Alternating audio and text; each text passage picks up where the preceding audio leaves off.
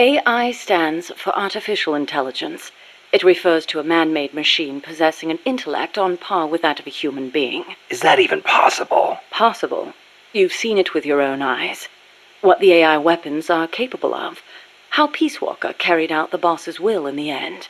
No mere machine could ever choose to sacrifice itself like that. I just can't see how a bunch of circuits and switches could have a will of its own. It's called the ghost in the machine, Snake. And it exists.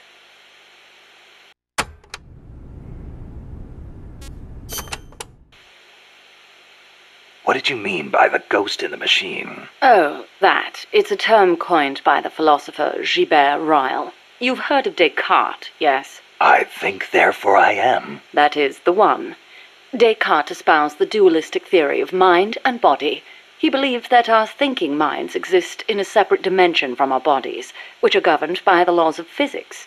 But if that were true, then couldn't you say that a mechanical body, inhabited by a ghost mind, is a human being? Ryle criticized Descartes on those grounds, saying such a thing surely wouldn't be human. Why'd you bring it up? I wasn't thinking of Ryle in particular when I said it. I simply thought that if a person is composed of a machine and a ghost, perhaps the opposite is true as well. Perhaps, by placing a ghost inside a machine, we could, in effect, give birth to a new person. And that was your idea for the boss AI? The moment you ripped the memory board out, the mammal pod ceased to function. It should have been dead. And yet, Peace Walker righted itself, singing a song of peace. I couldn't help but feel that her soul had come to inhabit Peace Walker.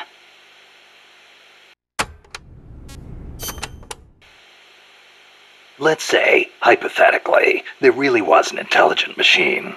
How would you prove it? What's the difference between a high-level computer and an AI? It depends on what you choose to define as intelligence. For example, Snake, listen to my voice talking to you now. Suppose it were an AI. Say what? What if the living, breathing me sitting here drinking tea and talking to you were actually an AI, programmed to simulate my thoughts and my voice? You're nuts. No, I'm not.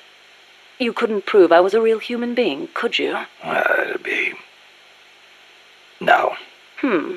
So if an AI is so advanced you can't tell it from the real thing, wouldn't you call that intelligence? I'm not quite convinced. But that's only one way to look at it. It's roughly how Dr. Turing explained artificial intelligence. The test I described is called the Turing test, in his honor. Yeah, well, sounds like a bad joke to me. That singing monster of yours put me through hell. If I never meet one again, it'll be too soon. Shame. And I was about to let an AI take my place in our conversation. Don't even think about it.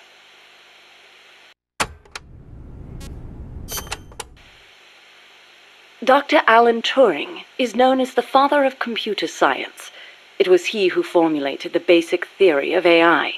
During the war, he worked for GC and CS. The government's cryptology school.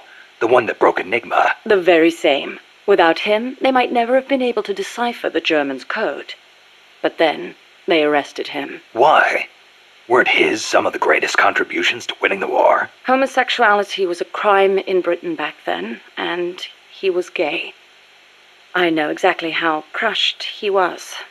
I feel it's my duty to further his AI research. Like the Imitation Game, huh? You know it then. The clue that inspired the Turing test came from a trifling little party game. You exchange written notes with another person behind a screen and try to guess their gender, whether they're a woman or a man, pretending to be a woman. It's surprisingly difficult to tell the difference. Man or woman, human or machine. What do the differences even mean?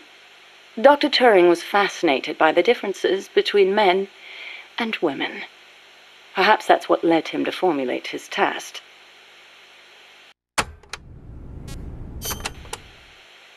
What if you hadn't used the boss as the model for the AI? What do you mean? If the end goal is MAD, it seems like there are more suitable models out there. A military chief of staff, or a nuclear technician, even the president. Patriotism, leadership, good judgment. Each of those qualities is essential when deciding whether to launch a nuke, and she had them all. Wouldn't the president, too? It's not enough. She had the will for it. Will? Let me explain, Snake. Peace Walker is a standalone weapon. It has to decide on its own whether or not to launch a nuke. It can't turn to anyone else for advice. It can't do its job if it's not prepared to take sole responsibility for the fate of the world.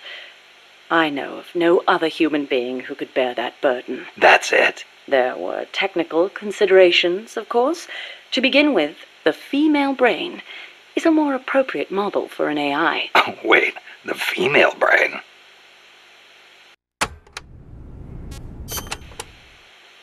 What do you mean by that, modeling your AI after the female brain? Snake, what is the human mind capable of that a computer is not?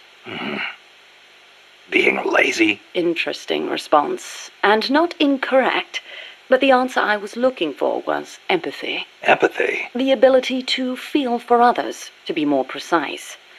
Love for a child. Pity for the weak. Grief for the dead. All of these are particularly well developed in the female brain. That's stretching it a little. On the contrary, it's perfectly reasonable. The male brain, on the other hand, may be well suited for systematic thinking, but it's less able to empathize. In that sense, it's closer to a computer. So if your objective is to make the AI think more like a human... You need to teach it how to empathize like a woman. The novel, Do Androids Dream of Electric Sheep, deals with this very problem. In the book, an empathy test is used to distinguish between machines and human beings. As machines become more and more advanced, our society will gradually become more and more systematic. Our cities will teem with robot-like people, unable to feel for others. We cannot allow that to happen. Computers must learn to empathize. The same goes for humans, only more so. Well, what about yourself? You make these claims, and yet I've never seen you empathize with a real person. It's true. Until now, I was a prisoner of death. It was my intention to die upon the completion of Mammal's development. She was my one reason to live. But you changed your mind. I did. Because she taught me the dignity of living. My eyes are open now. I want to go on living and seeing real people. Huh. I see.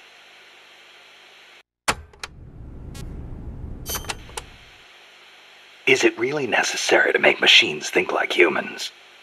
I think empathy would get in the way of making the decision to retaliate. I admit, human thought may not be fully compatible with level-headed decision-making. Then again, is there such a thing as non-human thought? The moment computers became so advanced that they could calculate faster than human beings, a new dream was born.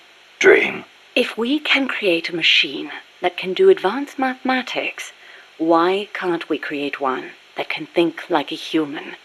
The 19th century author, Auguste Villiers-l'Isle-Adam, wrote a book called Tomorrow's Eve, in which the protagonist fashions an artificial woman to serve as his ideal lover. I believe the idea of creating an intelligent being with our own hands is one of mankind's oldest dreams. So AI is a product of people's dreams, then? Not only AI, civilization itself is the process by which mankind gives form to its dreams. But not all dreams are pleasant. Some have expressed fears about non-human intelligence. Yeah, they want the benefits with none of the risks. Some fear that intelligent robots might rise up and rebel against their human masters, as portrayed by the Czech writer Karel Čapek in his Rossum's Universal Robots, or in the 1970 film Colossus, the Forbin Project, where intelligent supercomputers in the US and the Soviet Union join forces and plot to subjugate humanity. Isaac Asimov offered a specific solution to these fears with his 3 laws of robotics, which demonstrated that while robot intelligence is different from that of humans, the two can coexist. In order to endow computers with intelligence, we must first have a thorough understanding of what intelligence is. And that is where the need for a practical and feasible expert system arises.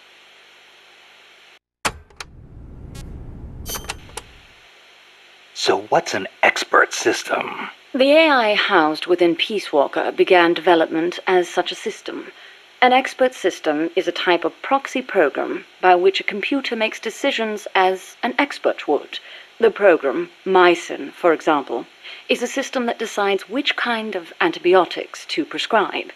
The system asks the patient a series of questions to narrow down the range of appropriate drugs.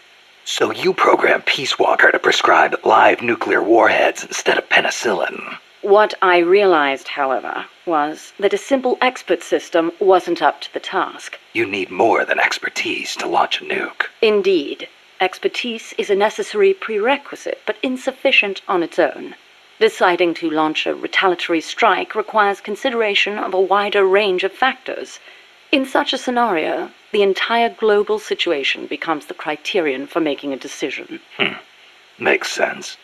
You screw up the prescription and the whole world goes into anaphylactic shock. A weak AI that only has a limited range of knowledge upon which to base its decisions won't cut it. Therefore, I had the AI study the boss's thought patterns, thus creating a true expert system.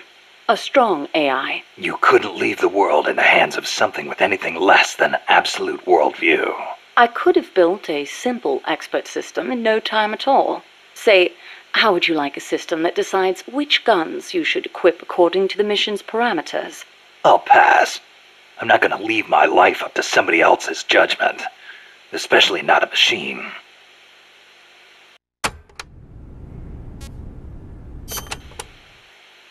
With current technology, AI are inevitably enormous in size. But as circuit integration continues to advance, they will become even smaller.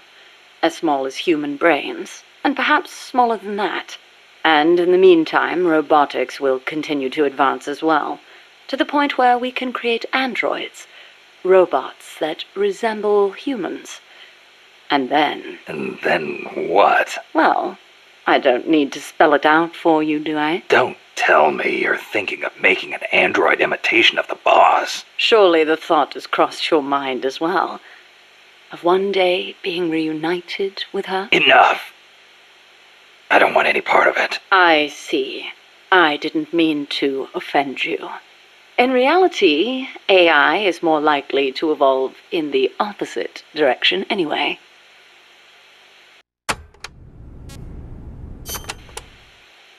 The opposite direction? What does that mean? More and more, AI are becoming systems that specialize in mass information processing, without human intelligence, thought, or emotion. A machine that has no individualism or sense of self, but rather behaves as a collective, exhibiting the qualities of a society. Like a beehive? Yes, it aggregates data collected by individuals and determines how the collective will act, just as honeybees travel between the hive and flowers. The key to achieving that will be networking AI together.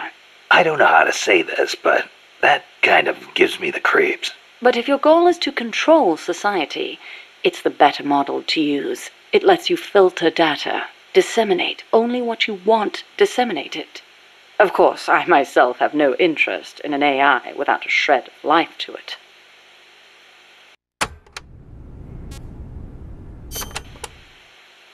Earlier, you called the mammal pod a butterfly. Not a pupa or a cocoon, but an imago.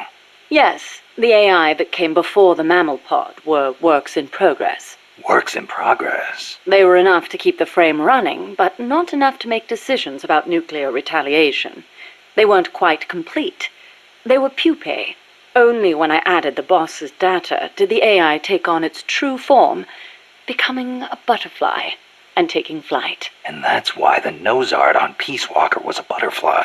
I gave the mammal AI the code name BS Imago. BS is short for boss.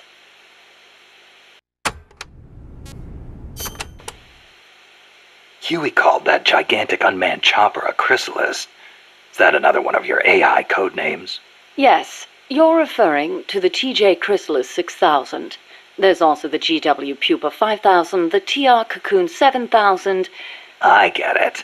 A hovercraft type and a treaded type. And those letters on the front. TJ, GW, or whatever.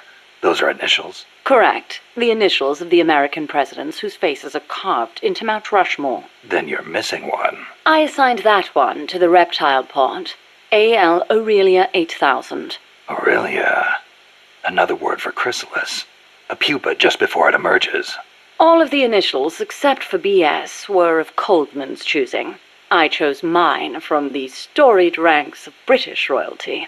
M.S., A.V., E.W. What do those stand for? You can't guess. Why, Mary Stuart, Alexandrina Victoria, and Elizabeth Windsor. All queens. Of course.